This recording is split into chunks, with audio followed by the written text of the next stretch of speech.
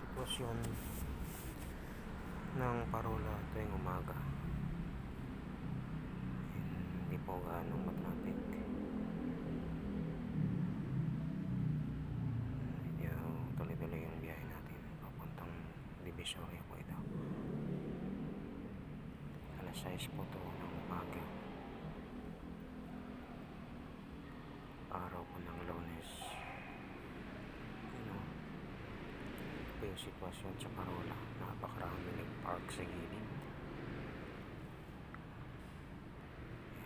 Isa dito sa nagpapatraffic yung mga nakapark abala sa daan. Dito naman tayo sa malapit sa Dilpan, overpass sa Dilpan.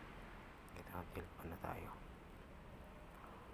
Alam po dati dito sa Dilpan daming mga snatcher pero buti na ngayon hindi na, wala na.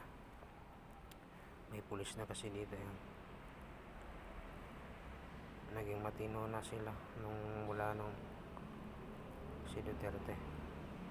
Dati dito daming mangisnat dito Ngayon papasok na tayo papuntang Divisoria. Ito yung sitwasyon na napaka aliwalas, hindi magkaanong traffic. Tuloy-tuloy na yung natin. Yung mga dumadaan dito papasok ng trabaho. Yung iba naman galing ng balingki. Mas marami talagang dumadaan dito tuwing gabi. Napaka-traffic tuwing gabi.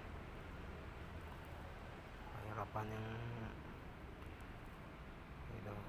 si Kuya magtitinda. Dito na tayo sa malapit sa Divisoria. Kita-kita na yung pagdating na sa unahan.